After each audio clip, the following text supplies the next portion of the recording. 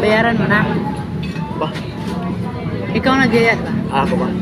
Kung sino yung maggaya, siya magbabayad. Kaya hindi ako nagyayaya eh. Boss, pwede mo magugas na lang dyan? Pwede mo tumulong naman sa'yo dyan, boss. Wala pang bayad eh. Oh? Tulong na lang daw siya, wala siyang pambayad. Ano ba, boss?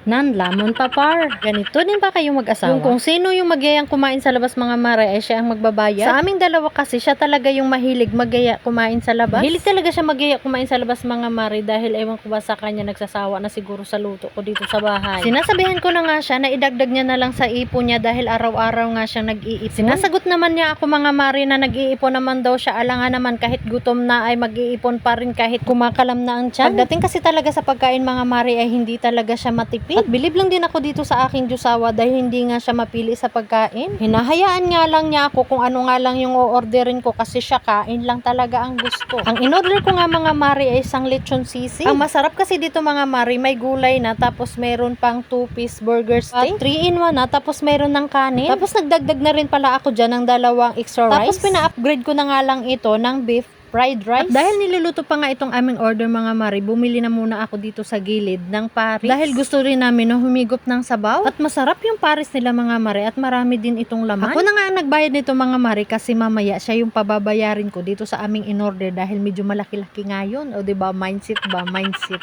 At binalikan ko na nga itong aking in-order mga mari at sakto naman na prepare na nila. Prepare? Gano'n? Lisod yun ng Bisaya. Takay kapoy ka ay yung magtagalog. Unya unsaon maning akong uban na followers. Kami ingon man sila nga di kuno sila makasabot. Lagi na lang magtinagalog na lang taan eh. Usahay lagi magkapilipit-pilipit na lagi nato ang Tagalog version. Pero ang gusto ko talaga pag nag-voice over ako ay Bisaya lang sana kasi doon nga talaga ako sanay. Kaso nga mga mari dahil marami nga akong followers na Tagalog kaya hayan magtagalog na lang taan eh. Gatay ko na say.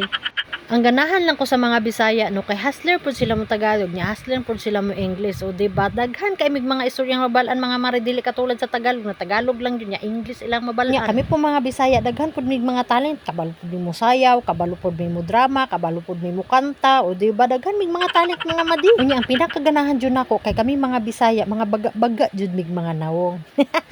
Ako rada ito nga mandamay man. So anyway, sideways tapos na nga akong kumain dyan dahil mabilis nga lang ako mabusog tapos mabilis lang din ako magutom kaya pinaubos ko na nga ito sa aking Diyosawa itong aming mga tira-tirang ulam. At pagkatapos nga namin kumain dyan mga mari ako na rin nagligpit ng aming pinagkainan kasi naawa na nga ako dito kay kuya dahil mag-isa nga lang siya. Tapos sunod-sunod pa nga yung mga taong umu-order sa kanya. Wala talaga siyang oras na magligpit sa aming mga pinagkainan. Tapos yung dinampot ko dyan mga mari ay dito nga yan sa kabilang lamisa dahil iniwan lang din ng customer kaya niligpit ko na rin ito. Kaya hanggang dito na lang aking videos. Bye guys, thank you for watching. See you for my next vlog. Bye!